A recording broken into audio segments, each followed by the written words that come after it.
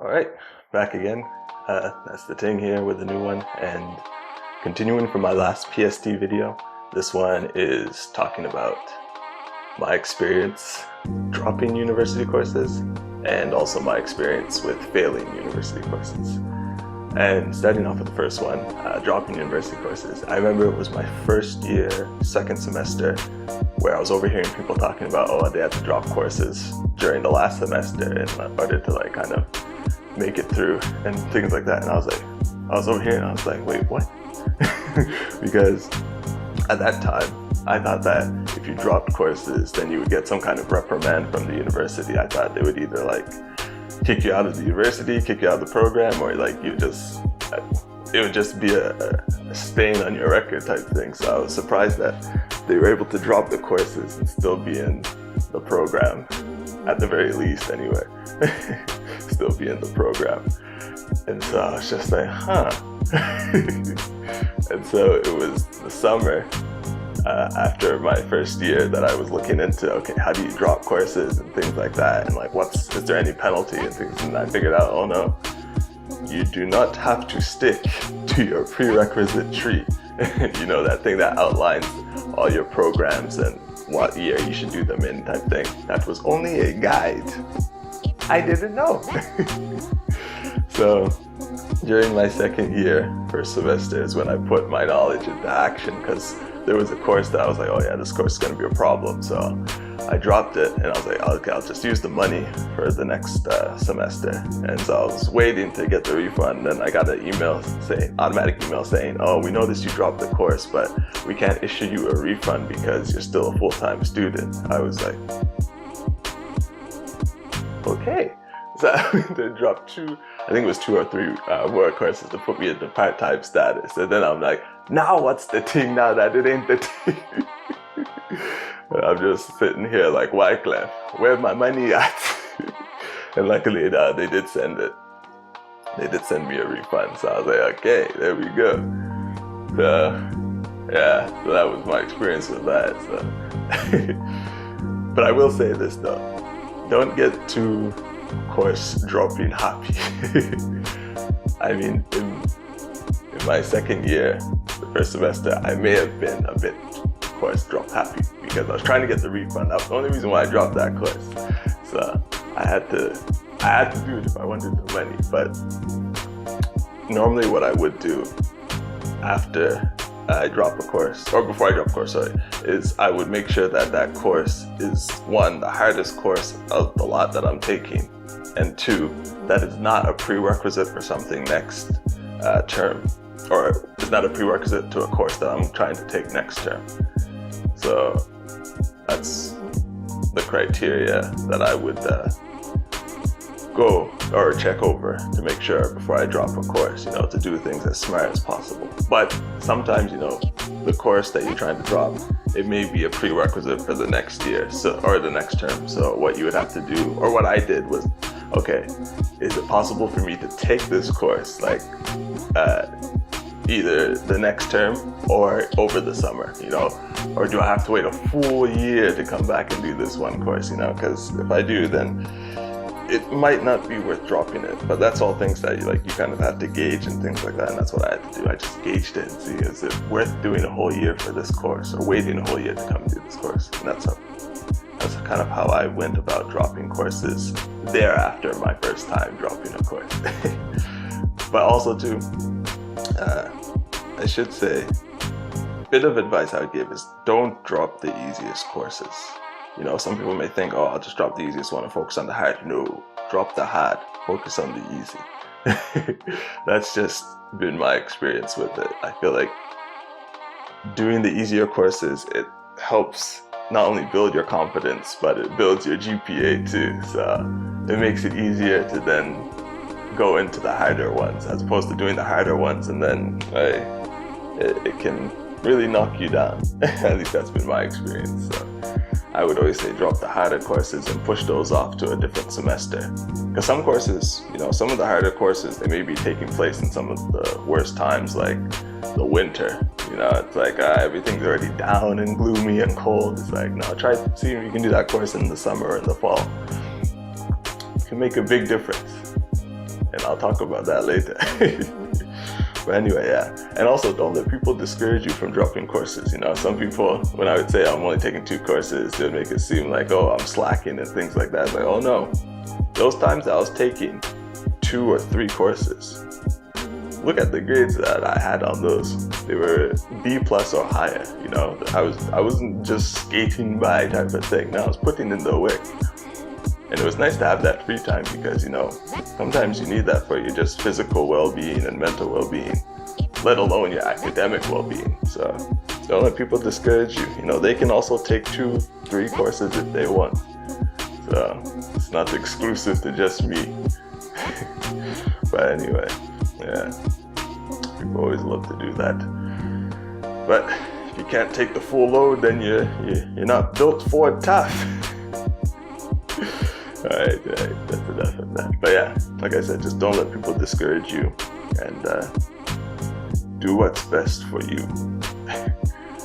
It's also funny too, because once I realized I could drop courses and still be in the program and not have any repercussions, other than of course maybe being delayed a year or 2, I never took a full course load again. So actually my first year, second semester, was the last time that I completed a full 5 courses. Thereafter, it was at least 2, but at most 4. I never did the full 5 again. And then even my last year, they were even trying to push us to do 6. I was like, not doing 6. The most that you got out of me that year was 4. And so kind of how I would make it up is like, you know, if you do 2 in one semester and then 3 in another semester, then the summer that is following those semesters, you do 2 courses, you know. And it's nice too, because some courses were just, one course could be half the summer, and the other course would be the later half. So it's like, I don't even have to do them at the same time, you know, concurrently.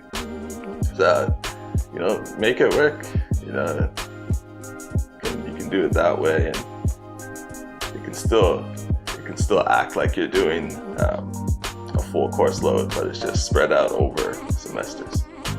It can work. But yeah, anyway, now into the sad topic, failing university courses, which I have experience with. But I will say this, it was one time and one time only that I failed a university course. You know, my first and only course that I failed was, I think back in 2015, the winter, I believe it was. Yeah, so it was crazy. You know, because I knew I was struggling with that course, but I've been in courses that were a lot, I guess, more challenging than that one. So I was always like, okay, yeah, this is nothing. You know, I finished this course, and that course was a hell of a lot worse than this one. So I'm like, this one shouldn't be an issue.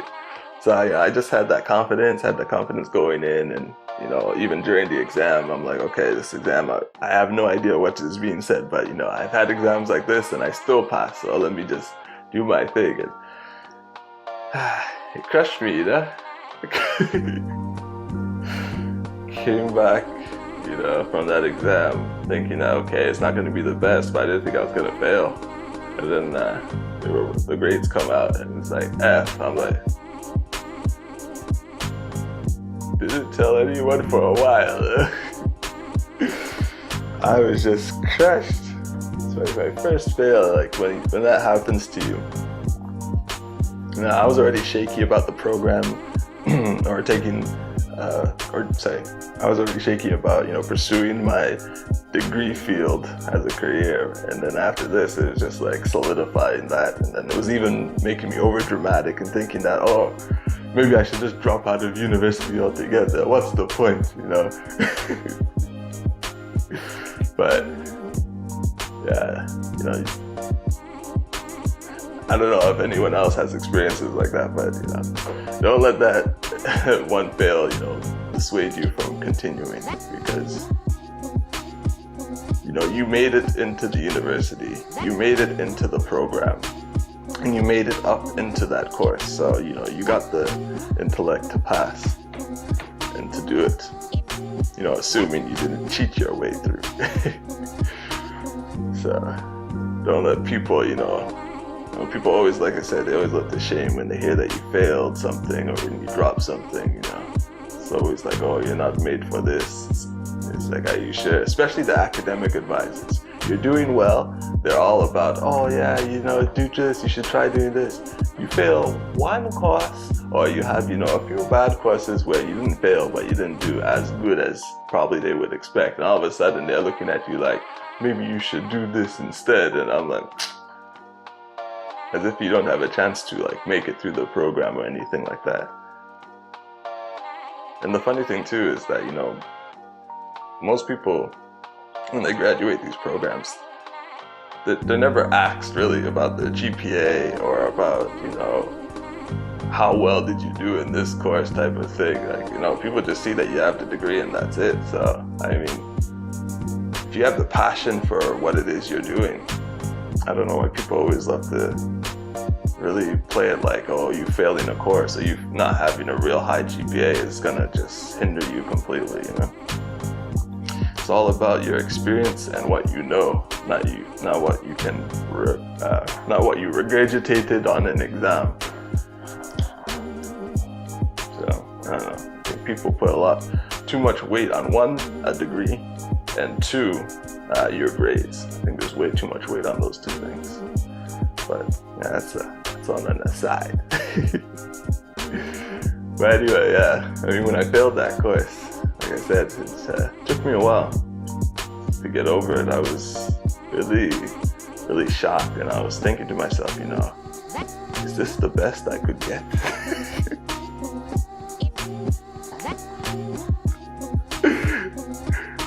No, Gillette, I was thinking, is this really the best man could get? Oh my God, it was funny. It was funny because now I can look back on it and, laugh about it, because the next time I took that course, which was, it was almost 2 years, actually, it was 2015 winter. I didn't do the course until 2017 summer. So it was over 2 years it took me to build up the confidence. I was just lucky that course wasn't a prerequisite for anything. It took me a while to build up the confidence to go and do that course. Yeah. Oh man.